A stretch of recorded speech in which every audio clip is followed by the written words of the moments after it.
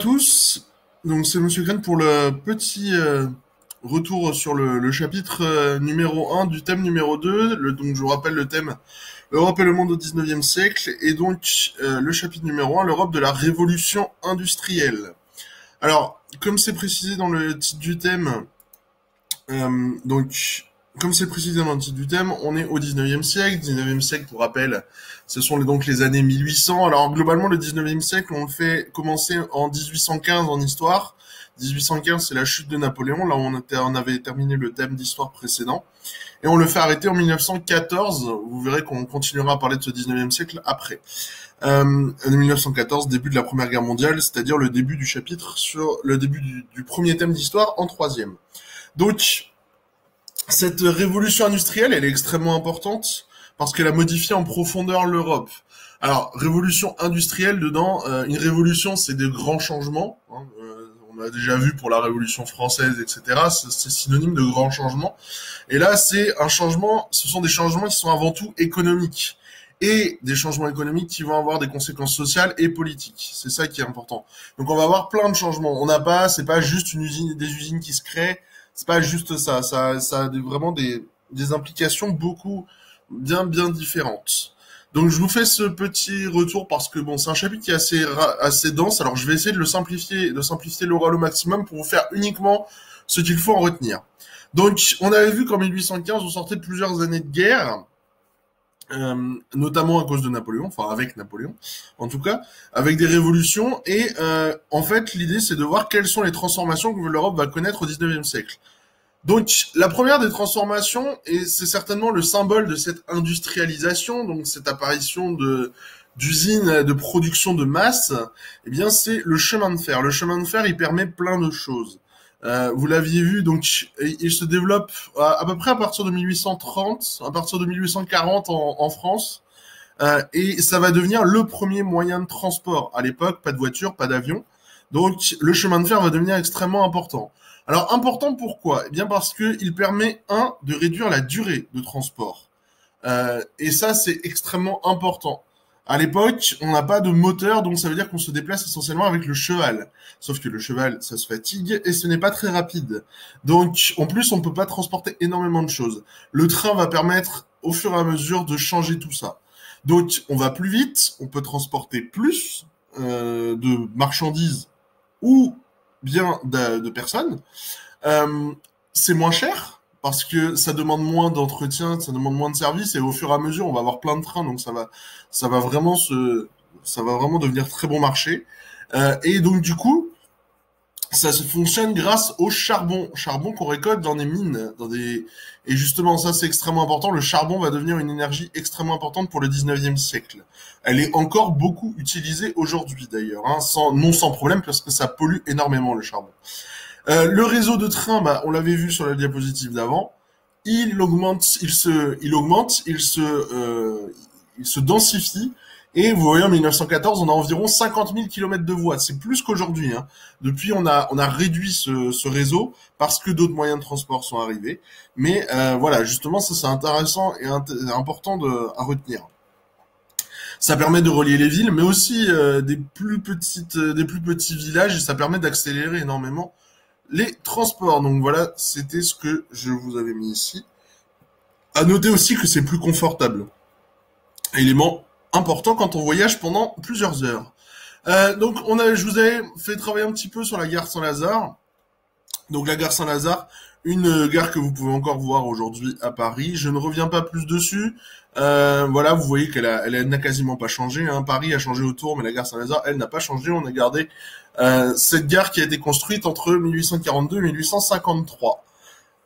Donc, on s'était intéressé à ce tableau aussi. Alors, je vais pas revenir juste pour vous rappeler que c'est un tableau, ce qu'on appelle les impressionnistes. Rappelez-vous cet effet de flou là qui intéressant, et c'est un courant artistique du 19e siècle.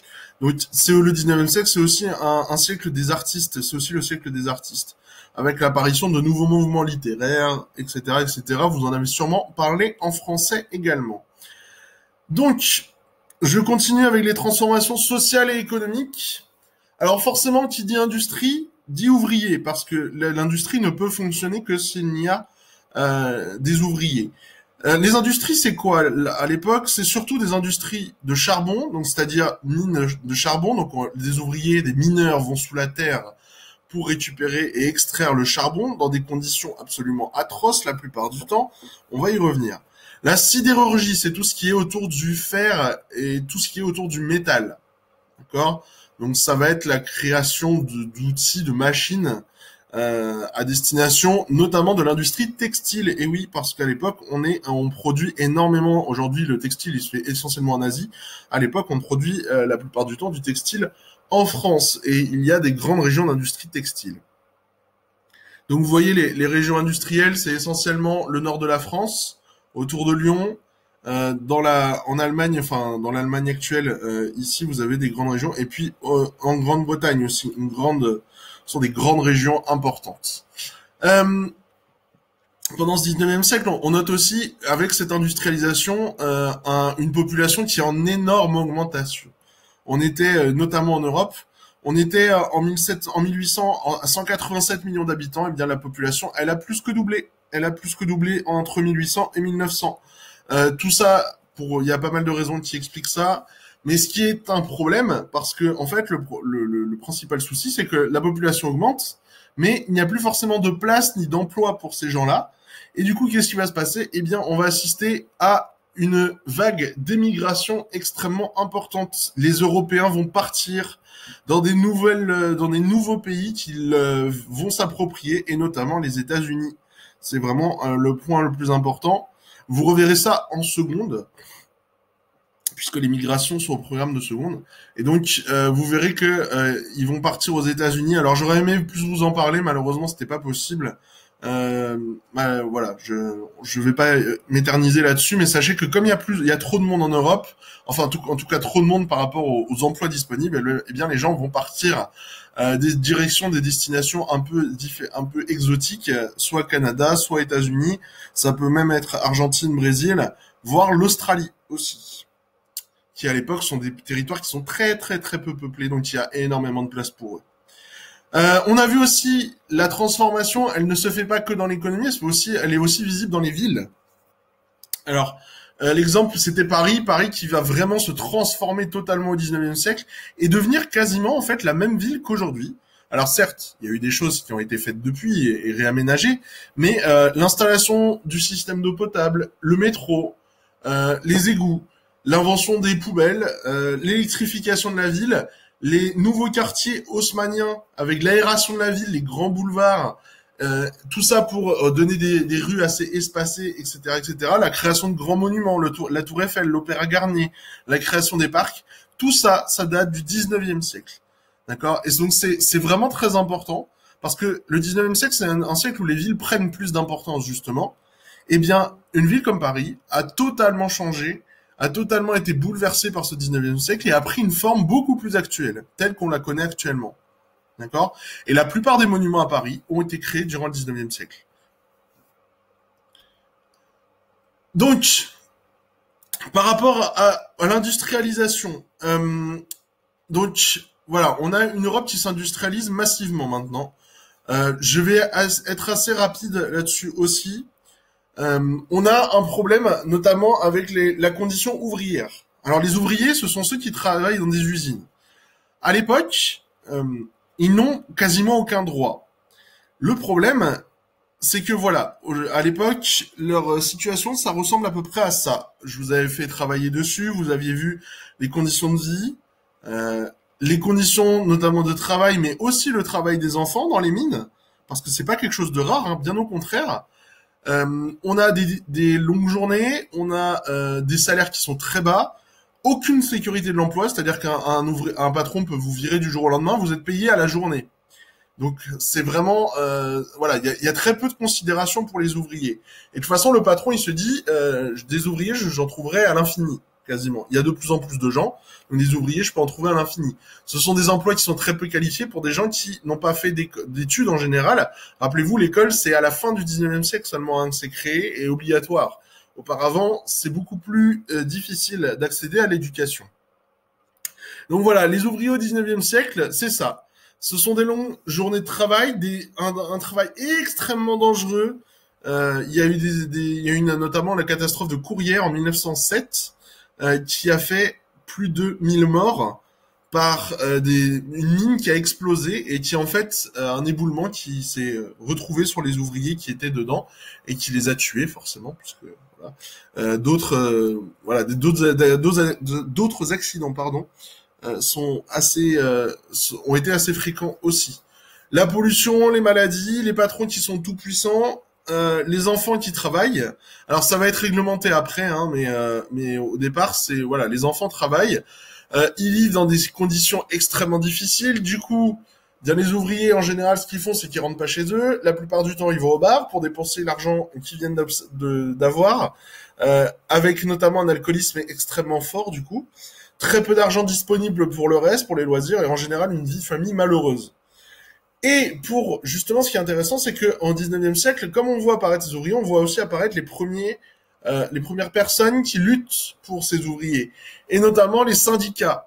C'est un mot que vous entendez certainement des fois si vous regardez le journal télévisé. Les syndicats, c'est des regroupements de travailleurs pour défendre les droits des ouvriers. Leur idée, c'est de dire quoi? C'est de dire euh, un patron contre un ouvrier aura toujours l'ascendant. Par contre, si on se réunit tous ensemble, on est plus fort. Donc si on est 1000, 2000, 3000 ouvriers contre un patron, eh bien on pourra lui imposer d'améliorer nos conditions de vie. Alors c'est pas si facile, hein, parfois ça prendra beaucoup de temps, mais c'est à cette époque-là qu'on voit apparaître les premiers syndicats. Et ils vont être autorisés d'ailleurs à la fin du 19e siècle. Au départ, ils sont non autorisés parce que voilà justement, on n'a pas beaucoup de respect pour les droits des ouvriers. C'est aussi le temps des premières manifestations et grèves du travail pour obtenir des progrès sociaux. Quelque chose qu'on retrouve aussi aujourd'hui. C'est un réflexe qui a été acquis au 19e siècle. Alors évidemment, depuis, la condition des ouvriers s'est quand même améliorée. Mais à l'époque, il faut vraiment comprendre que les conditions de vie, de travail sont extrêmement difficiles pour ces ouvriers et pour leurs familles aussi. C'est quelque chose qu'il ne faut pas oublier. Donc là-dessus, je ne reviens pas. Voilà, on a juste une société qui évolue avec du coup, l'essor d'une bourgeoisie très riche, les patrons notamment, des banquiers, et celle d'une classe moyenne, des avocats, des fonctionnaires, des enseignants, etc., qui cherchent à mieux vivre que les ouvriers, notamment en faisant plus d'études. Du coup, on voit une société qui se divise en trois. Des ouvriers, les agriculteurs en général, la classe moyenne et la classe bourgeoise, les bourgeois, donc les plus riches. Voilà. Et finalement, c'est quelque chose qui va ne faire que s'accentuer depuis le début, depuis le 19e siècle. Alors même si aujourd'hui, on a une classe moyenne qui est considérée comme étant beaucoup plus importante. Mais ça aussi, je vais pas y revenir plus en détail. Donc ça, voilà. Et très rapidement, le renouvellement des idées politiques, parce qu'on a des changements politiques. On était dans une Europe des empires et des rois, et tout ça va un petit peu bouger encore bougé. Ça avait commencé avec la Révolution française, hein, attention, ça faut pas le négliger. Et si on regardait cette carte, on voyait aussi qu'il y avait deux pays qui n'apparaissaient pas. Alors, deux grands pays qui n'apparaissaient pas, parce qu'il y en avait d'autres hein, qui ne sont pas, qui par rapport à la carte d'aujourd'hui. Mais on voyait qu'il n'y avait pas d'Allemagne, d'accord, et pas d'Italie. En tout cas, il y avait des États italiens, enfin des États, voilà, le royaume des deux Siciles, etc. Pardon. Mais il n'y avait pas d'Italie unie, il n'y avait pas d'Allemagne unie non plus. Et ça, c'est quelque chose qui pèse un petit peu et que les gens veulent voir changer. Donc, on va avoir des révolutions, et notamment la révolution de 1848. Alors en France, la révolution de 1848, ça va être celle qui va acter la fin de la monarchie. Ce sera le dernier roi. Je vous rappelle, le dernier roi, il est enterré à Dreux. C'est Louis-Philippe. Donc, on fait la révolution parce que là, pour le coup, la situation économique est pas bonne. On veut du changement. Eh bien, ce sont surtout les ouvriers, les étudiants d'ailleurs, qui font cette révolution. Et on va mettre en place une république, la deuxième. Donc, une nouvelle révolution en France. De toute façon, la France est certainement le pays qui a connu le plus de révoltes pour son système politique. Parce qu'il y avait déjà eu une révolte en 1830 pour changer de roi, etc., etc. Donc, on a aussi des révoltes, et ça c'est intéressant, on a aussi des révoltes ailleurs en Europe. On en a en Italie, mais on en a surtout en Autriche et en Prusse. Alors, en Autriche et en Prusse, en Autriche, c'est très différent. Ils n'ont pas les mêmes objectifs. Ceux qui se révoltent en Autriche, ils ont l'ambition d'éclater l'Empire. C'est-à-dire que ils ne veulent pas voir l'Empire d'Autriche, je vais vous le remontrer ici, c'est un énorme empire. Sauf qu'il y a plein de gens qui considèrent qu'ils n'ont pas grand-chose à y faire dans cet empire. Il y a des Tchèques, des Slovaques, des Hongrois, des Roumains, et eux, ils aimeraient être indépendants. Or, l'Empire d'Autriche ne veut pas, les Autrichiens ne veulent pas, ce sont eux qui dominent. Et qu'est-ce qu'ils vont faire? Eh bien, ils vont aller mater la révolte par la force, c'est-à-dire en envoyant l'armée. C'est un peu ce qui va se passer dans le royaume de Prusse, mais alors le royaume de Prusse, c'est différent. Le royaume de Prusse, eux, les Prussiens veulent une Allemagne unie et forte. Et à ce moment-là, eh bien, dans la capitale, Berlin, eh bien, on refuse ça. Et pareil, on va envoyer l'armée. On refuse d'avoir une Allemagne unie à cette époque-là. Donc c'est très bizarre. Hein. Forcément, la réaction, elle est celle de l'époque. Il n'y a pas de négociation. À l'époque, c'est on envoie l'armée, point final. Donc on a une Allemagne et une Italie qui vont devenir indépendantes et surtout qui vont devenir unies, mais uniquement 25 ans plus tard, entre 20 et 25 ans plus tard, en 1867-1868. Mais ces révolutions, elles auront marqué vraiment le passage d'une Europe vraiment des empires, des rois, etc., à une Europe qui se transforme, qui se bouleverse. On aura toujours des empereurs, on aura toujours des rois, mais on a vraiment un changement d'idée politique. Donc, voilà, le symbole de ce changement, et je finirai là-dessus, de ces changements d'idées politiques, c'est celle-là, c'est qu'on va voir apparaître deux grandes idéologies. Alors, les idéologies, ce sont des systèmes d'idées, ce sont plusieurs idées qui vont dans un même but. Donc, c'est la dernière chose, ce sur quoi vous avez travaillé. Honnêtement, c'est pas extrêmement grave si vous n'avez pas compris, c'est très difficile. Ce que je veux simplifier, c'est en disant, voilà, dans les nouvelles idéologies, vous avez l'idéologie libérale. Libérale égale liberté. L'idée, c'est de dire, mais attention, liberté, c'est pas toujours positif. Liberté, c'est, en gros, il faut qu'il y ait le moins de règles possible, et notamment dans l'économie. Ça, c'est une idéologie qui est adorée des patrons. Pourquoi? Parce que ça veut dire, en gros, le patron a à peu près tous les droits. Il fait ce qu'il veut. Il veut mieux payer ses employés, il le fait. Par contre, il veut les virer du jour au lendemain, il le fait aussi. Voilà, c'est un peu cette idée-là. Alors, c'est aussi une idéologie, c'est aujourd'hui celle qui est la plus importante, c'est d'avoir le moins de taxes possible. Aujourd'hui encore, elle est valable, hein, c'est ça que je voulais dire. Le moins de taxes possible, ça veut aussi dire c'est un régime qui est basé beaucoup sur la liberté individuelle. Donc ça accorde plus de liberté. Donc ça, en ça, c'est positif. De toute façon, il y a du positif et du négatif dans les deux. Hein. Voilà, ça, il faut bien en avoir conscience. Idéologie marxiste, ça vient du nom de Karl Marx, qui est un grand penseur qui va justement créer cette idéologie. Lui, il se rapproche de ce qu'on appelle l'idéologie communiste, enfin ce qu'on va appeler l'idéologie communiste avant. Communiste, ça veut dire quoi? Ça veut dire la communauté avant tout.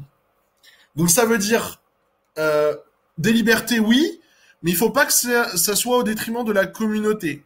Donc il faut que ces libertés elles soient contrôlées. On va éviter d'avoir des riches et des pauvres. Leur objectif, c'est que tout le monde soit à égalité, en gros, à peu près. Je simplifie énormément, mais voilà, c'est cette idée-là, qu'il n'y ait pas de riches, pas de pauvres, et que il n'y ait que le minimum de différence entre les gens, quitte à supprimer justement à certaines libertés pour pouvoir y arriver. D'accord? Donc c'est pareil, c'est contestable. Ce qui est intéressant, c'est que l'idéologie marxiste, elle est beaucoup plus en faveur des ouvriers, et les ouvriers vont la reprendre énormément. Par contre, l'idéologie libérale, c'est plutôt l'idéologie des patrons et de la classe moyenne. Donc on va avoir comme ça deux idéologies qui s'affrontent, et vous allez voir que ces idéologies-là, elles vont s'affronter durant tout le XXe siècle. Vous verrez que dans tout le programme de troisième, vous allez avoir cette idée-là d'opposition entre idéologie libérale et idéologie marxiste. D'accord? Donc voilà pour ce petit résumé du chapitre qui était quand même assez long. Pour ceux qui verront la vidéo avant la reprise, normalement, la reprise devrait être le 2 juin en théorie. Pour ceux qui seront en classe, eh bien on continuera sur la colonisation. Pour ceux qui ne seront pas en classe, vraiment soyez attentifs parce qu'il va falloir suivre sur ces derniers temps. Parce que c'est important pour le programme de troisième et vous risquez d'avoir du retard si vous ne le faites pas sérieusement, au moins sur des points de connaissance. Donc, je vous souhaite à tous une bonne journée. J'espère que ça vous aura éclairci ou au contraire que vous aviez déjà tout compris. Bonne journée à vous!